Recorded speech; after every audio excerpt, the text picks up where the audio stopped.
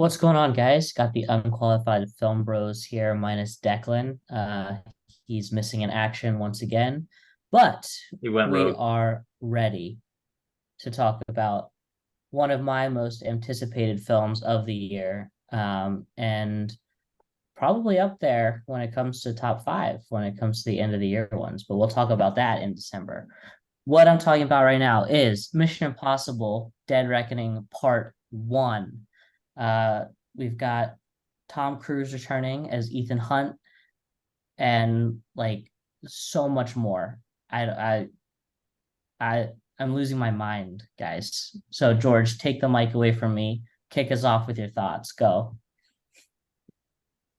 I've seen it twice already. I had an early access pass, and then I had a Fandango reward, so I thought I'd see it again. Been middle IMAX both times. Absolutely enhanced the experience. Um, these movies, you thought it couldn't get bigger than the Burj Khalifa in Ghost Protocol, and then Rogue Nation happened and it was bigger, and then Fallout happened and it was bigger, and then Dead Reckoning Part 1 happened and it was bigger.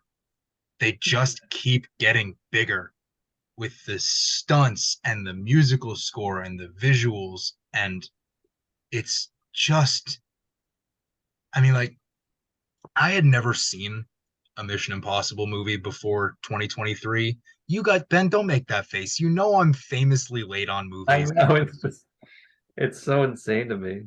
I But yeah, know. it's a franchise. Like, so in February I watched the first one and I was like, all right, this is a fine movie. Um, hope it gets better from here.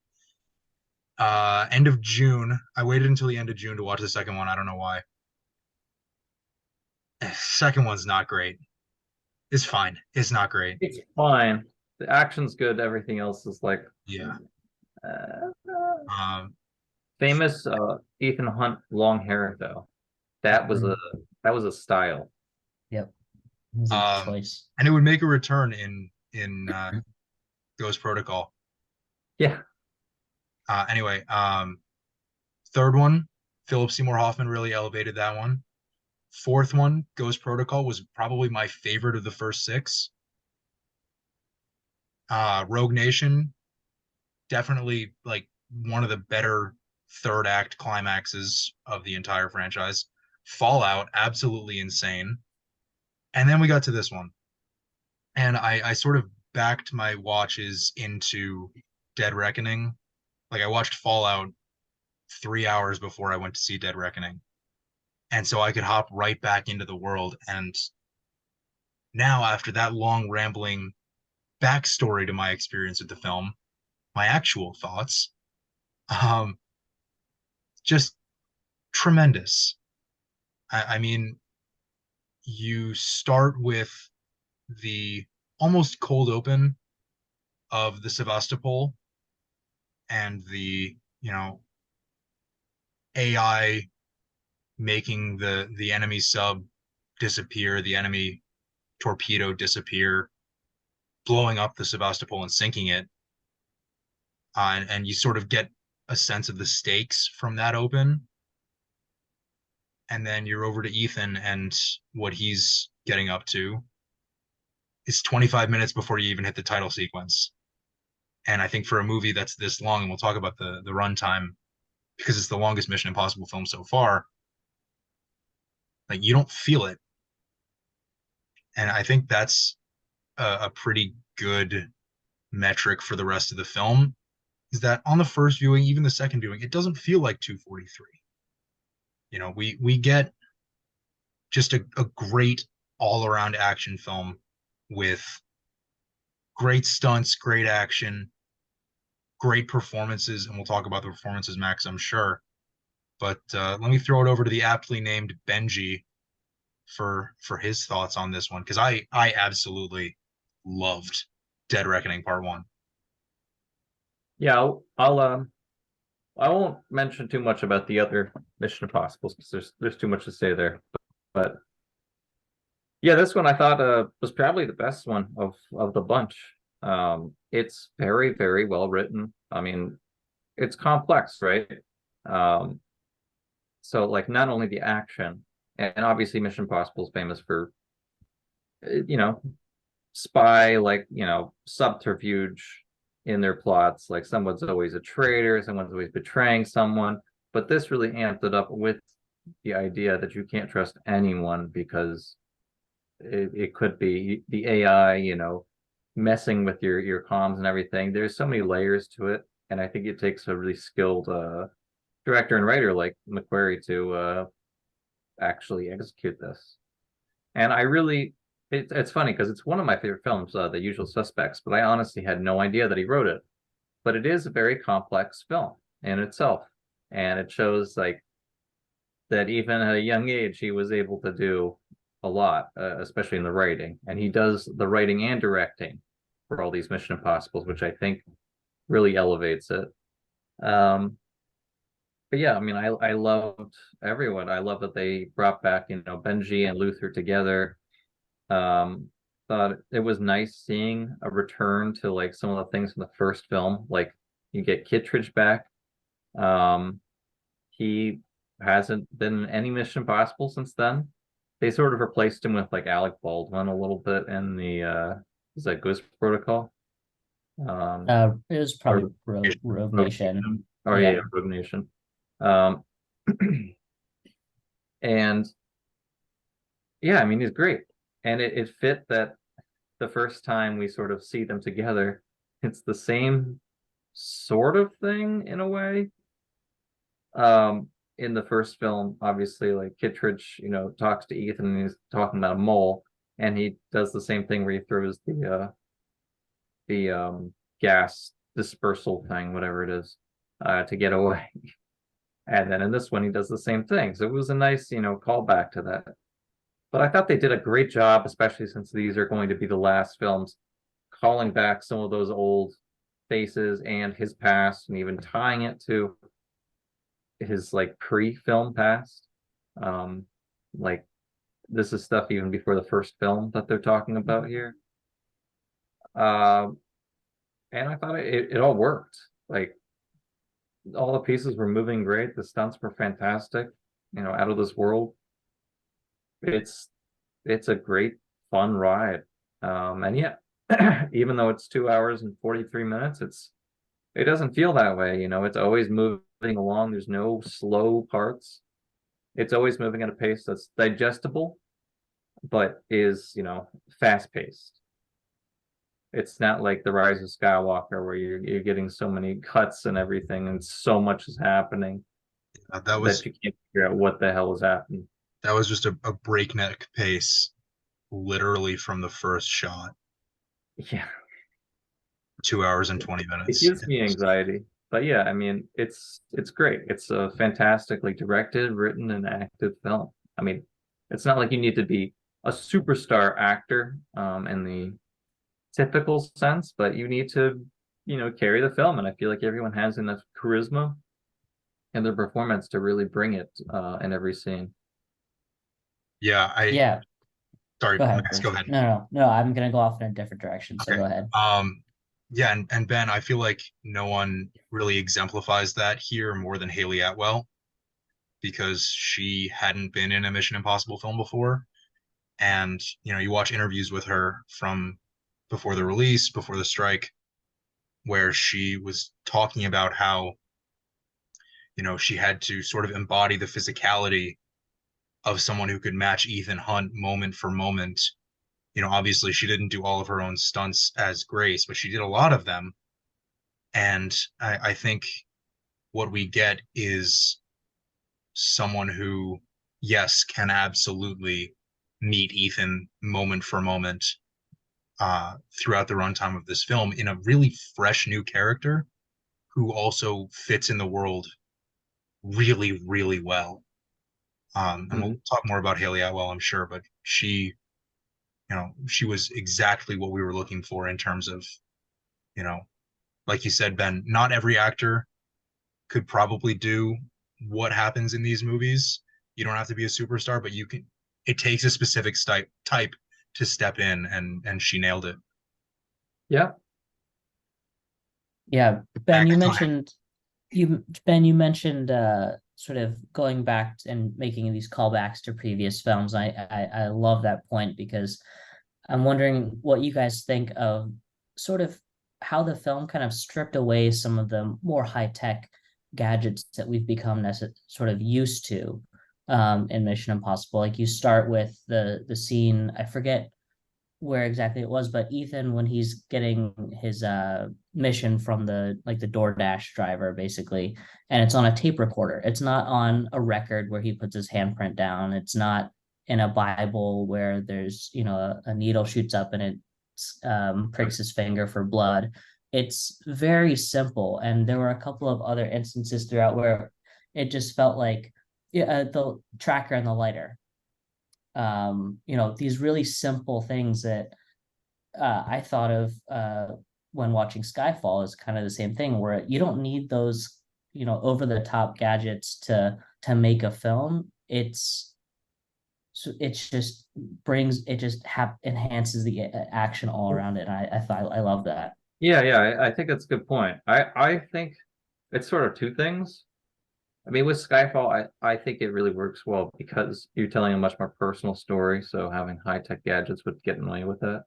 And this, to a certain degree, is pretty personal as well. But I think when you mentioned the callbacks, I think that is sort of a callback to the original TV show with Peter Graves. It was much more, it was like 60s, 70s. I think it was 67 to like 73 or something. So yeah, it was much more low tech, in line with a lot of, there were plenty of spy shows at that time, like Charlie's Angels. You had, the comedic one, Get Smart, but it was definitely a big thing at the time because of the Cold War and whatnot. And then the other thing is with the AI and all of the technology with there, I think it was a smart choice to cut it back because like you don't need too much techno whatever in the gadgets when you're already dealing with AI that can like compromise your systems and whatnot. They're hacking like Soviet satellites. They talk about analog versus digital at one point. So yeah, I think it was definitely a good choice. But I like that they still kept the masks because that's iconic. You got to have that in every film. Yeah. Yeah, I think Ben, you bring up a lot of really, really great points. Um, Even from the tape recorder giving Ethan his mission in the second scene of the film, Kittredge makes that decision to make the call on a tape recorder because AI is a threat. And then later in the movie, we see how AI can impact their comms when Ethan is misled by the AI, the entity pretending to be Benji, leading him away from where Grace and Ilsa and Gabriel are. And unfortunately, that leads to Ilsa's death. And then at the end of the film, Luther's giving him a radio to put in his ear, say, this is how we're going to be communicating for the rest of, um, this is how we're going to be talking for the rest of the movie, because the entity can't access it. And so the low tech idea works really well within the story, but also, Ben, you're absolutely right. It has that sort of old school feel to it, which I really, really liked. Mm-hmm. And of course, with the masks, the mask machine breaks. Yeah. And so that's an example of technology not working. Mm-hmm. So the team is obviously forced to improvise, which they do in every single film. Yeah. And that happens a few times in Mission Impossible where the mask doesn't fully like get it done. Wasn't that why he had to go as John Lark Yep, or and whatever? Fallout, and then also Yeah, in because the Ghost mask. Protocol. Yeah. It just stopped working in the Yep. Burge. God, that So sequence in the a Burj nice Khalifa is callback to so that. good. I gotta watch. Yeah, I gotta watch Ghost Protocol again. that man is so psychotic. Like I don't understand. But yeah, I mean, technology is obviously the major theme here. I don't think that Gabriel, as menacing as the performance given makes him out to be, Gabriel's not the threat.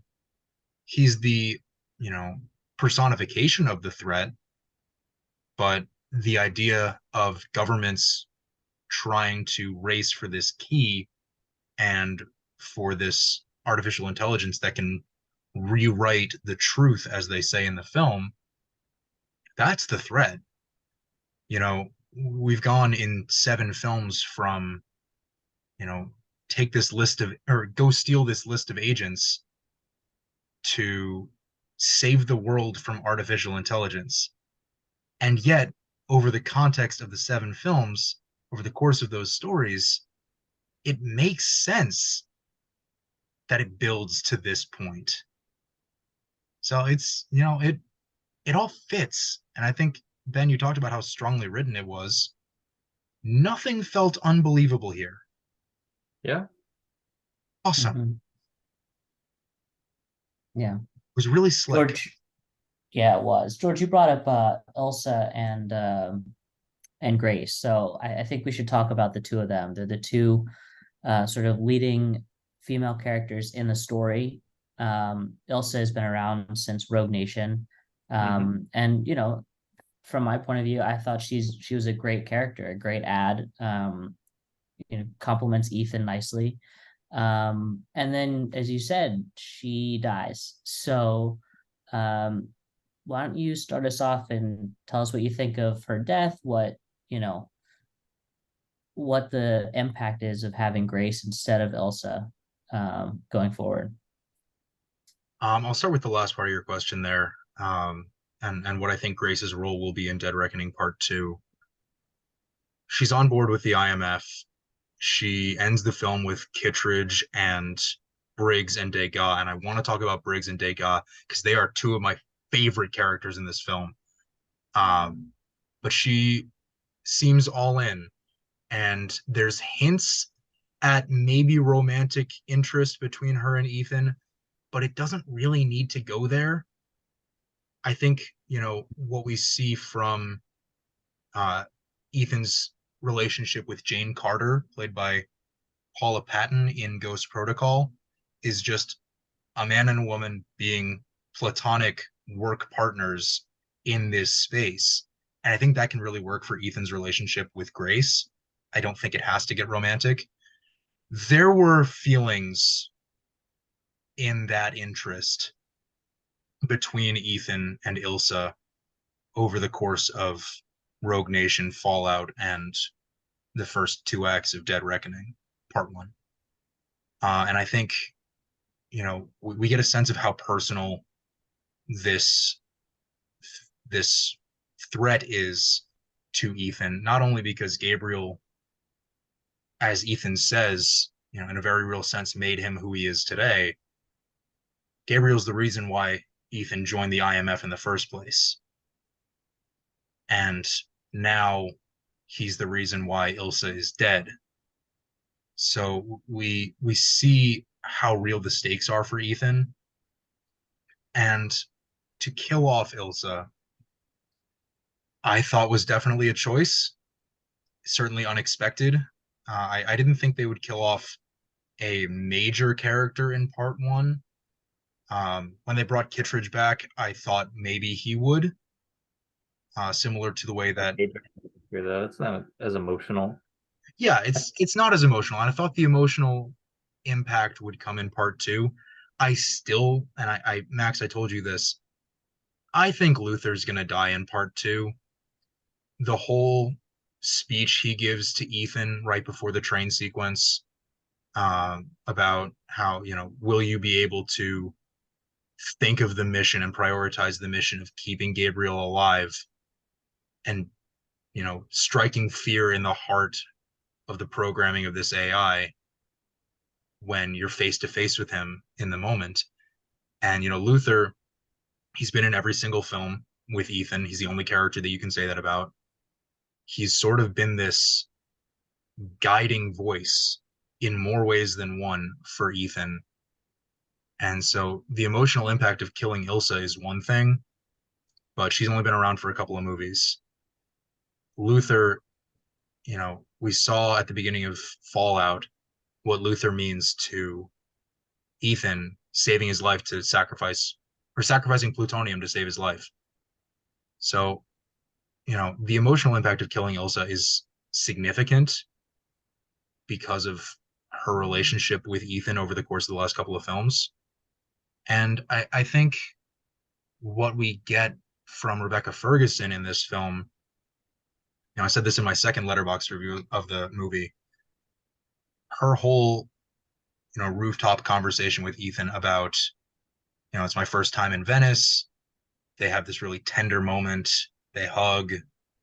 It's one of the slower paced scenes of the film before it gets back to that, really, really steady action that we were talking about before. But, I liken that to the what would you want on your headstone scene in John Wick Chapter 4. I'm not saying Ilsa's death is as predictable as John's might have been in John Wick Chapter 4 based on that scene, but, Gabriel says that one of Grace or Ilsa is going to die, and we haven't seen Grace be set up to be this sort of significant character in the world of the IMF yet. Ilsa has, and she's the one who pays the ultimate price. So I've been talking too long. Ben, why don't you hop on Yeah, I Ilsa thought and was what good. that means? I'm honestly not sure if we'll see like a really crazy death like that in the last one. I mean, well, like thematically it would make sense. Mission Impossible's never been one to like tug your heartstrings like, oh, person dies and this person dies. I I think it would be a little odd. I mean, maybe they'll do it, but I don't know that it would be necessary for a film like this to Yeah, I really hope they don't. And I right now I'm about like 50-50 that. whether they will. Yeah, I mean that would be strange. But we'll see. Um, yeah, I thought it was a fine death. Like it sort of made sense, especially because it would be overkill to have two leading ladies essentially kind of with the same thing, like independent, don't really have a trust for a team, but eventually come around to it. So yeah, I think it was probably the right choice. Um, but I'm just thinking, I I wish they choreographed her death a little bit better Beggars because, can't be choosers, Benjamin. well, it's just she had a sword, a like just a straight sword, like that you would poke with. I'm blanking the like a rapier or something, and she was twirling, she, like turned around. It's like what are you doing? I don't know. It hurt me to watch that because I just, Yeah. of course, there's no way that that should happen. Is the thing. It's like you could stay so far away. But yeah, that's nitpicky for a movie like this. It hurt because I feel like if she just used Bonetti's defense, she would have been fine. That was well done, Benjamin. Well done. Fencing Um, master Benji. yeah, when I was sitting in the theater the first time I saw it, I thought, man, they could really end part one right here with Ethan and Benji, and I think Grace is there too, Yeah, standing over Yeah. um standing and over it the is close to the end. and I think, sorry, my laptop did something weird there.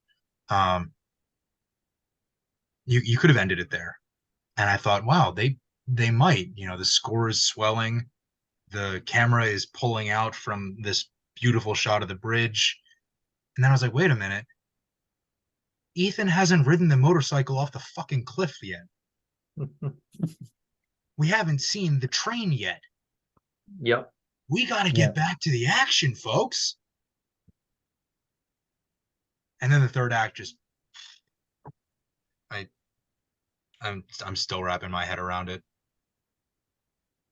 That probably would have been Still, cruel if they ended it with with Ilsa but dying. still, it would have been a hell of a tease for part two if we had Oh, seen for They that should have. trailer. They should for have ended sure. it right as Ethan jumps off the cliff with the motorcycle. You like come back for part two, guys. Literal uh, cliffhanger. You get to see whether he lives or dies. Before we get into Act Three, George, I know you wanted to talk about Briggs and Degas. So did you want to? Yes. Yes, yes, Yeah, yes, yes, yes, yes. I'll start with Briggs because my notes on him are brief. First of all, what a performance. Love the sort of comedic foil to the IMF team.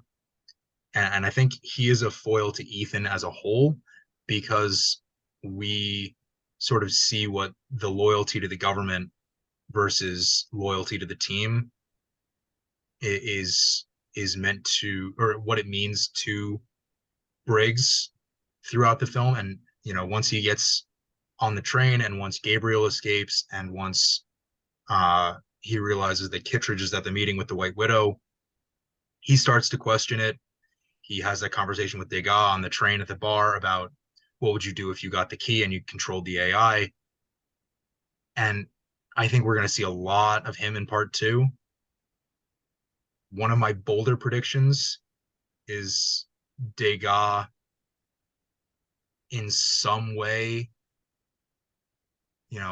sacrificing himself for the mission. I don't know why I'm trying to kill off all these great characters.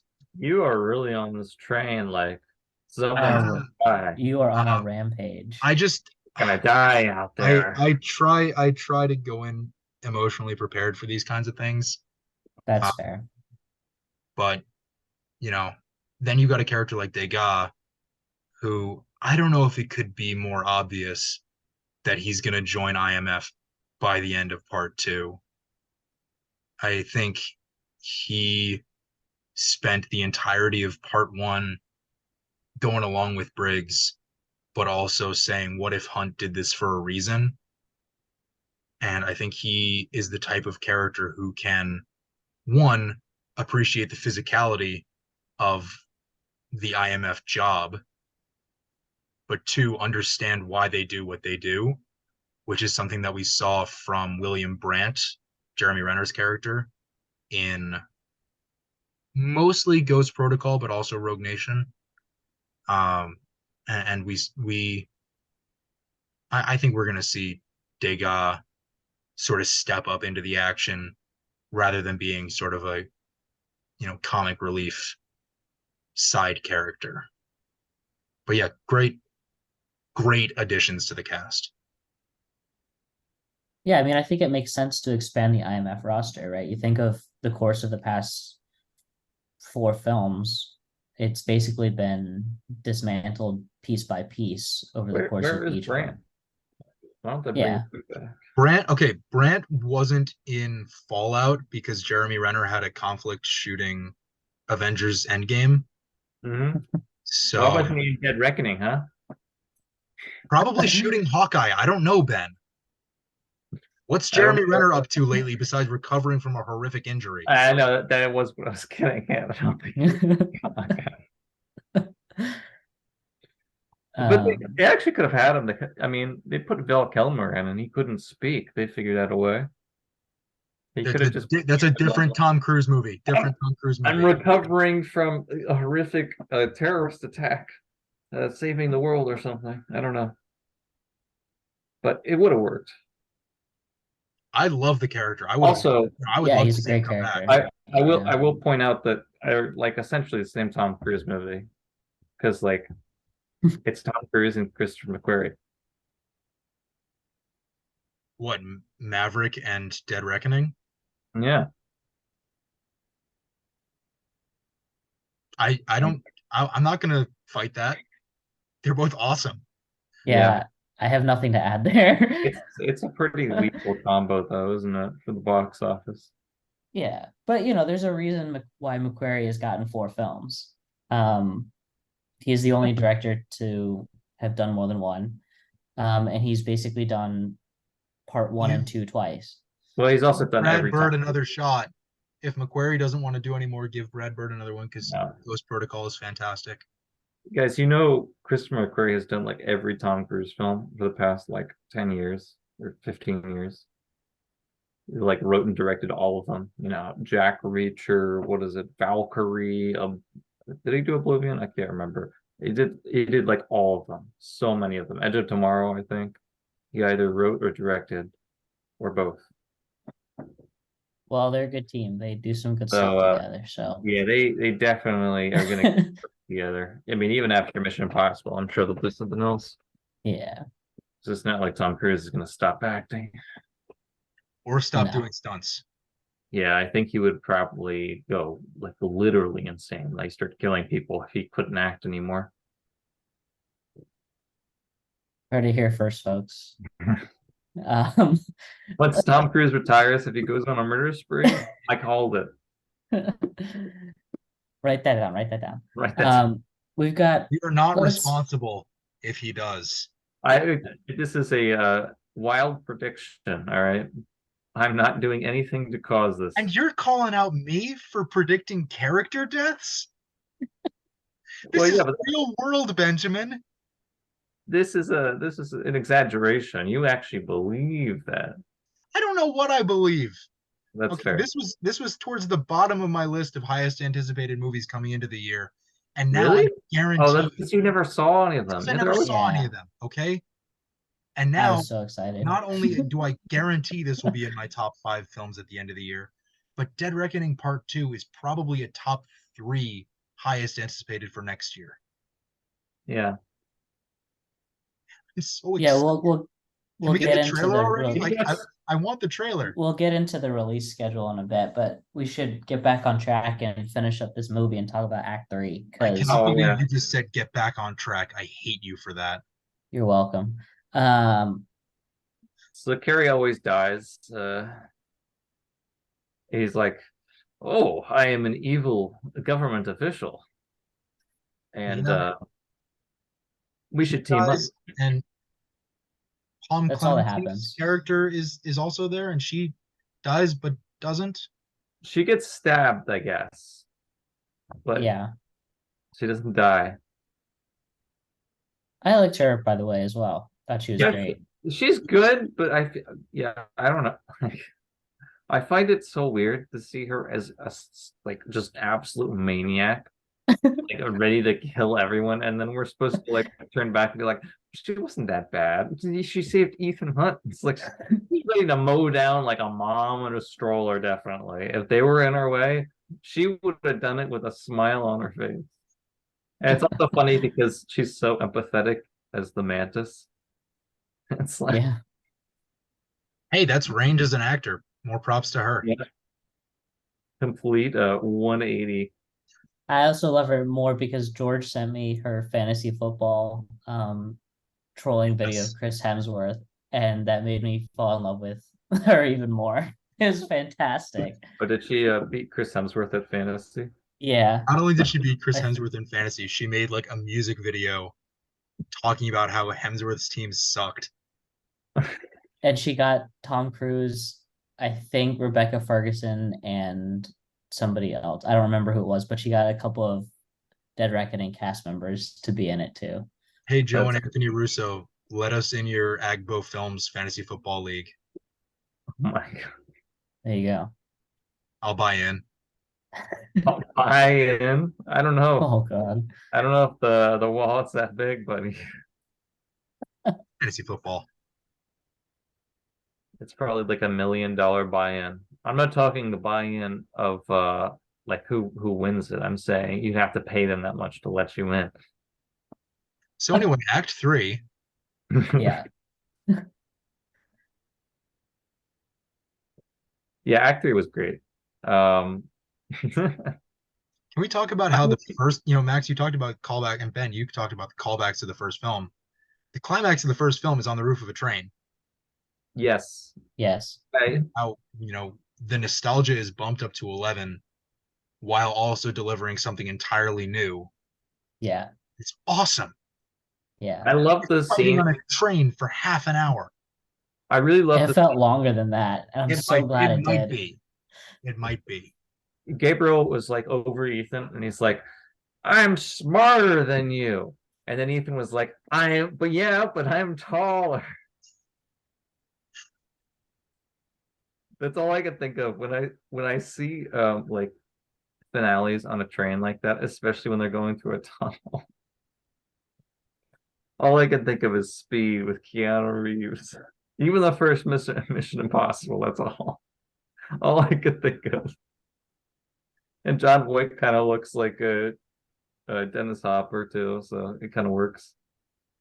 It really works in the first film because they literally look like each other. I mean, Ethan's got like long hair, like I guess Keanu Reeves has short hair in that one though. But yeah, John Voight could pass Dennis Hopper if you're squinting. Um, but yeah, I think the finale is pretty sick. I loved Gabriel just being an utter maniacal person, and it's kind of fitting, I guess. I mean, there's the biblical thing with Gabriel. Wasn't he the one that like didn't have full faith in God or whatever? Or was he God's most devoted? I can't remember. This is one of those, but he was definitely an angel, right? And it kind of fits with the AI God. He keeps talking about God. I don't think we're supposed to think too much about that, but yeah, he's a great Well, character. Ethan does refer to the AI as your God when talking to Yes. Gabriel. Yeah, there's Mhm. like a biblical subtext there, but It's a reference. yeah. Um, I also I think his performance is great. What's his name? S.A. Gonzalez Morales. Morales. Morales. That's it. He's I think I saw him in like Titans or something. He was in Narcos, I think, and Oh yeah, he then is in oh Narc. no, or Ozark. Ozark. Ozark. Yeah. Oh yeah, I forget the character's name, but he was really, really good in Ozark. he's been good in everything I saw him in. I haven't seen him Yeah. much, but Yeah. it was fun to see him just because I think he's a good actor. He really Mhm. brings it, especially for a character like that. Weren't they going And to have Nicholas Hoult in that role? Yeah, but he pulled really, out because of scheduling. Yeah. Honestly, I love Nicholas Hoult, I but love Nicholas Hoult, but yeah, yeah, That no, would have been he can't be that creepy. Like he's kind of creepy in the menu, but it's like weird creepy. You know, it's no, like he's just annoying in the menu. yeah, but he's like a weird person. He's like, yeah, I'm going here to die with my date that I've or my prostitute that I paid for, and she's gonna die with me. So he's like Sure. creepy in that way, but I couldn't see him being like menacing, yeah. SIU someone able to Morales carry was that role. perfect for this role. Hmm. I mean, really, it's tough to get better than this. Like he's up there, honestly, with Philip Seymour Hoffman, regardless of the quality of Mission Impossible 3, which is not the worst, but not the best. You gave it 4.5 out of 5. I brought it down to 4, but it's like it's all for Philip Seymour Hoffman. He's such a good villain. Yeah, he's really He's so good. good. You know, He's what really I'm gonna do. good. Ethan? I'm gonna find what you care about, and I'm gonna kill him, make him suffer. So creepy. Um, Yeah, but everything that happens in this third act. yeah, I mean, he just really brings it. Um, and then there's the train sequence where the train falls off and they have to like climb up, which I'm pretty sure they took inspiration from Uncharted 2 or something. Um, I think they may have said that, but it's Yeah, a great sequence. I think my only qualm with the third act is that the train, like Ethan and Grace climbing up the cars, might just go on a little too long. I feel like, you know, it's logical that the momentum of the train and inertia, throwing it back to high school physics, would keep it sort of moving forward. But, you know, then you just get the cut right to Ethan, Grace, and Paris standing at the edge, and suddenly the train has stopped. So I don't know, that was my only little tiny gripe with the ending of the film.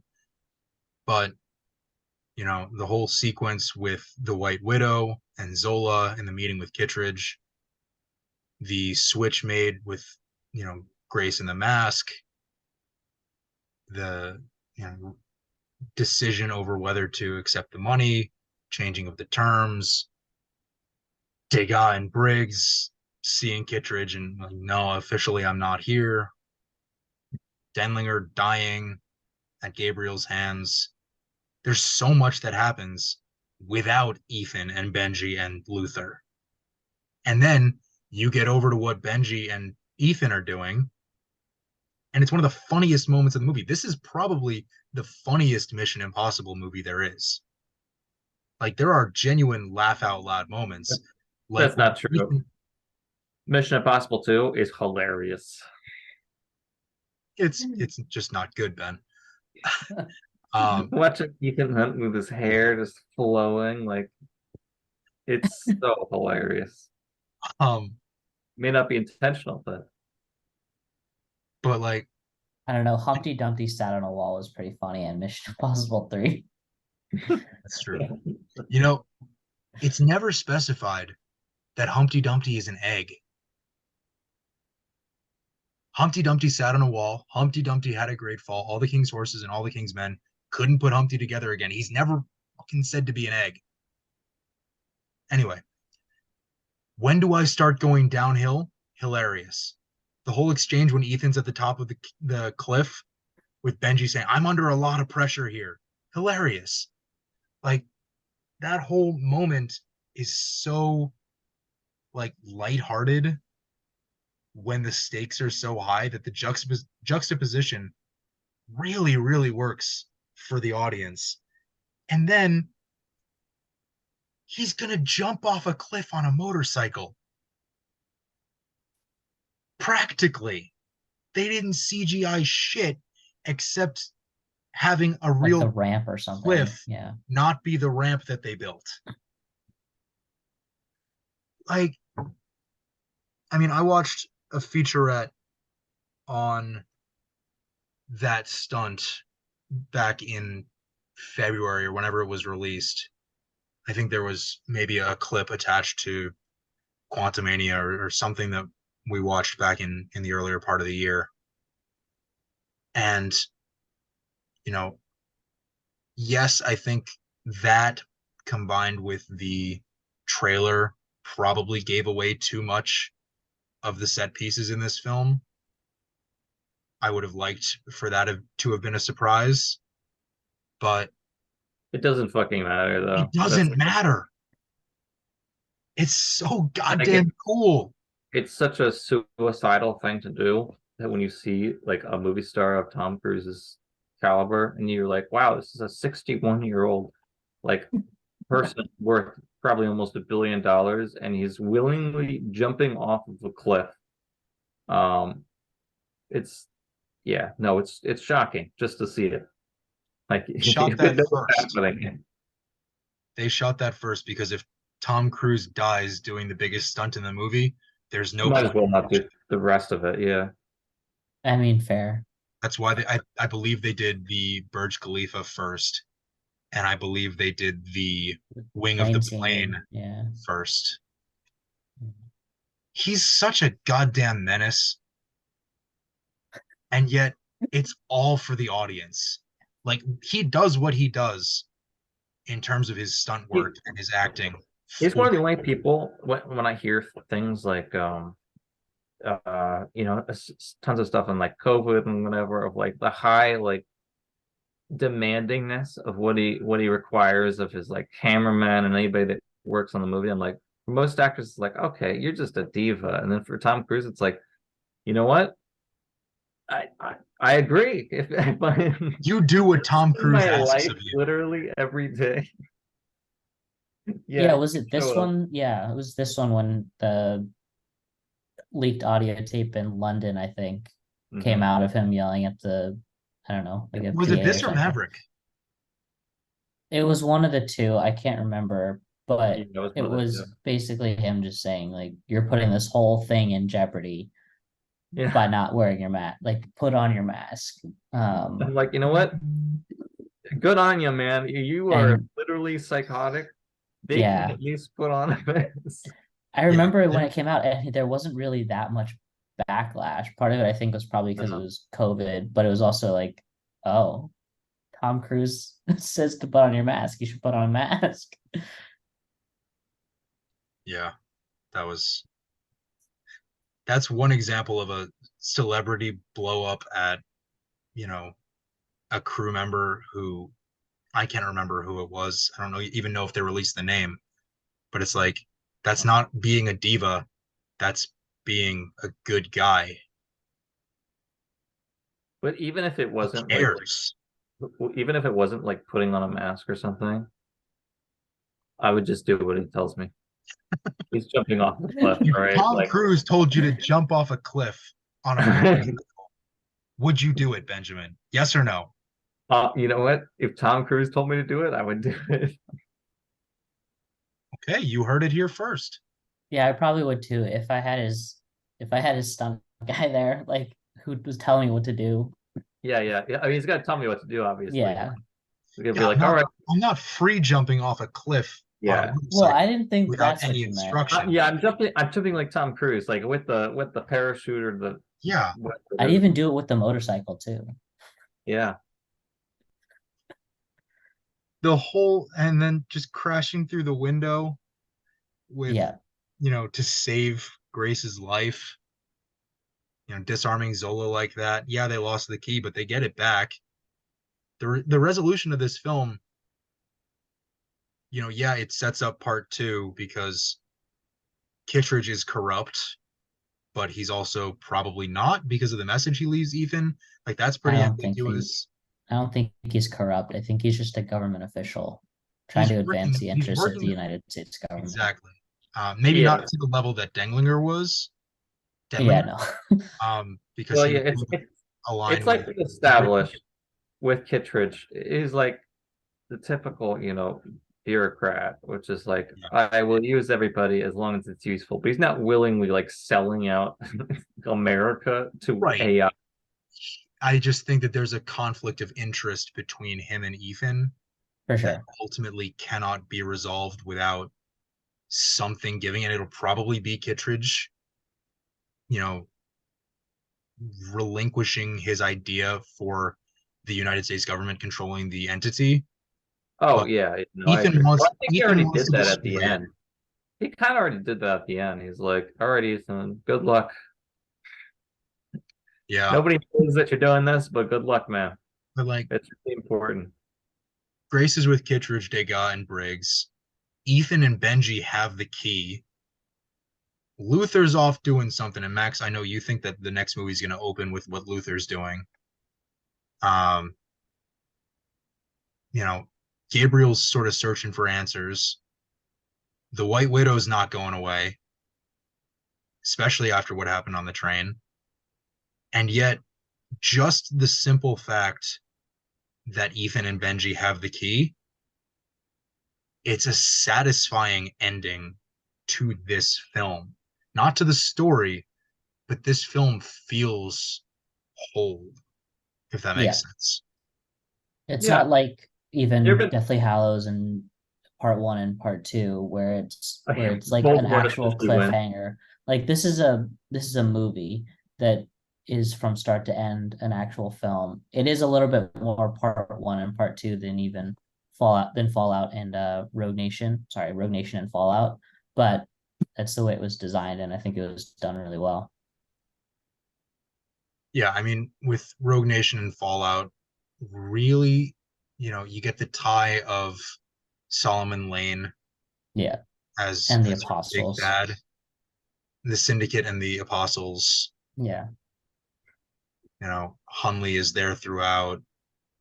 Ilsa's there throughout. Benji, Luther. But yeah, this film could have been called Dead Reckoning, and the next one could have been called something else.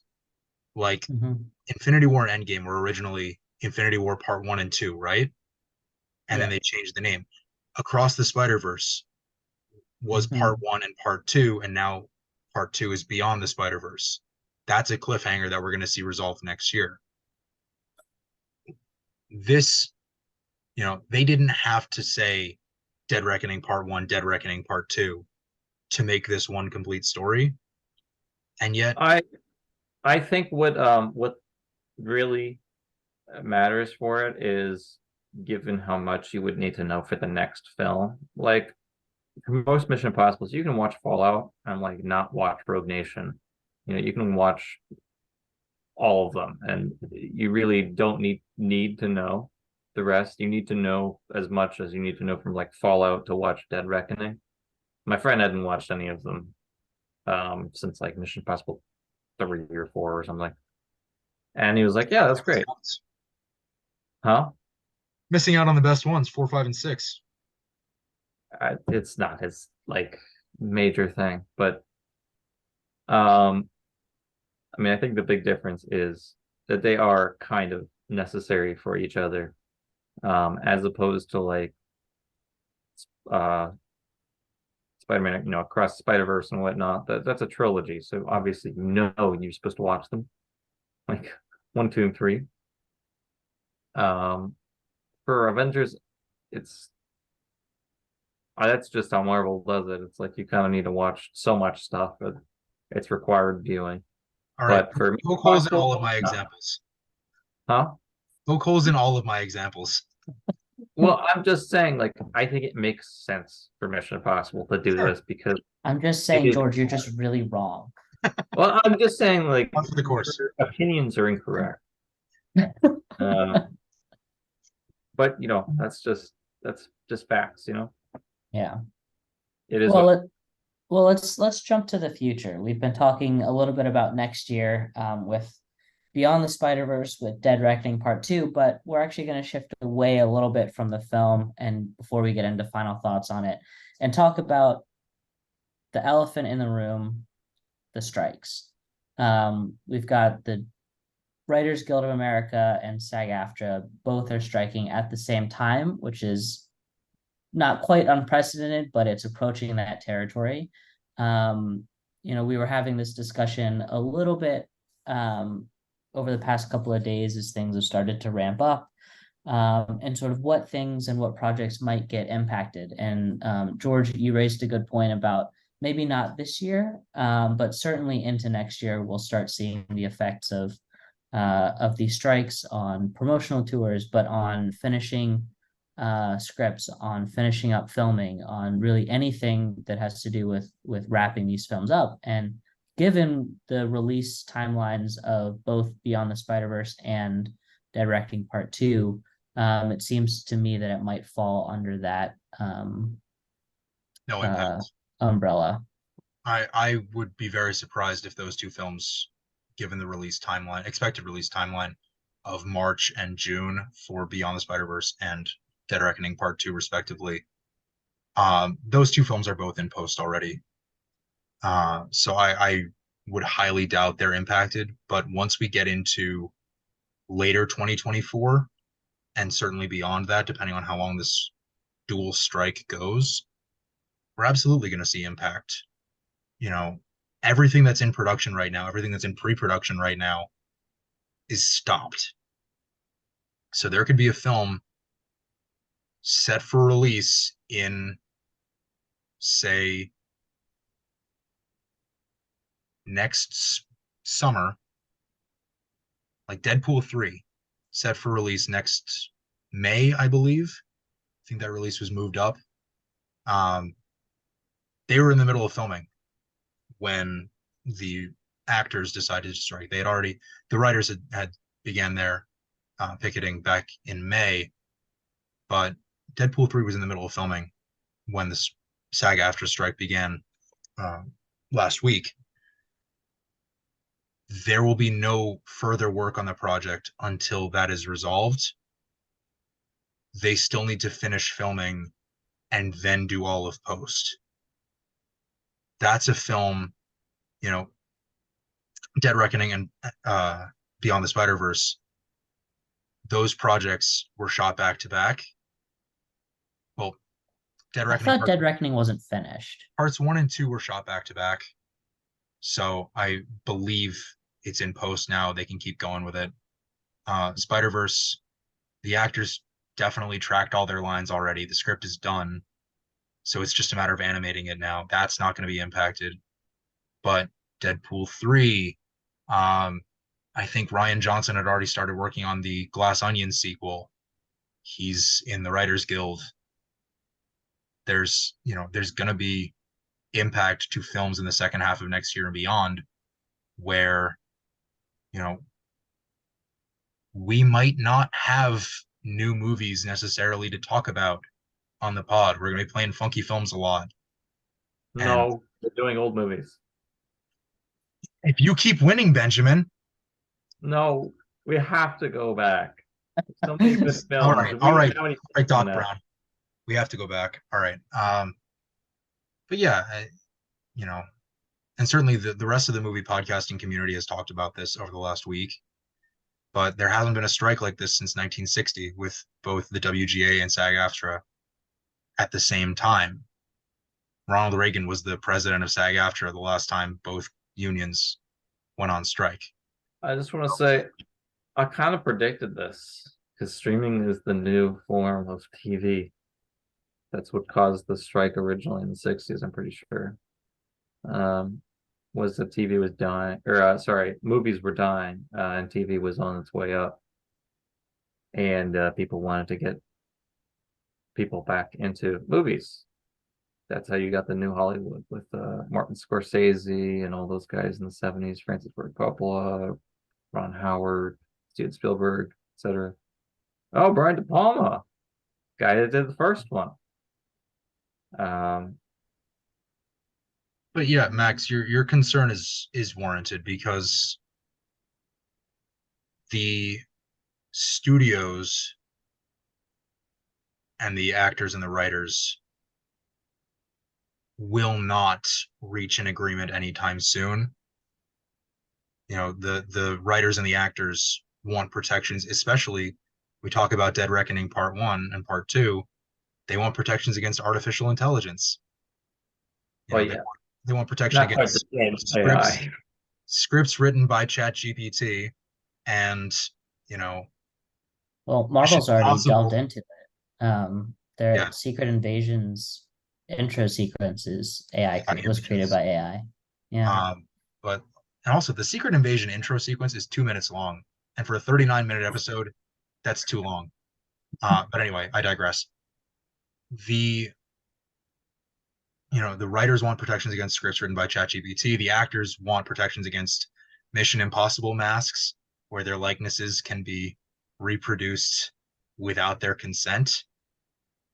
And that all is, warranted concern. And the studios, they're going to want to do what's least expensive for them, which could very well be having executive producers use ChatGPT to write scripts.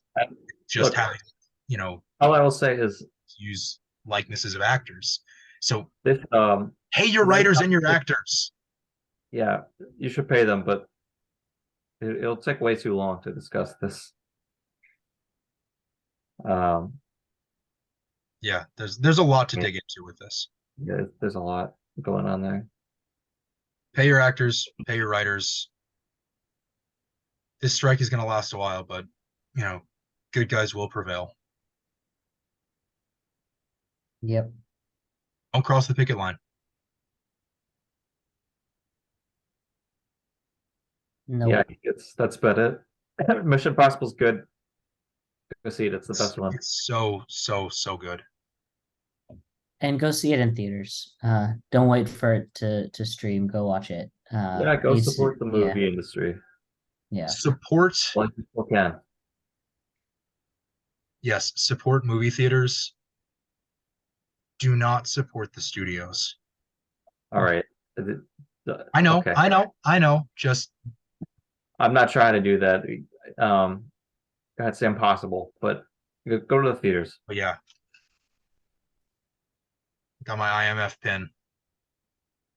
Showing it off because I got it and now I want to show it off on the podcast. All right. All right.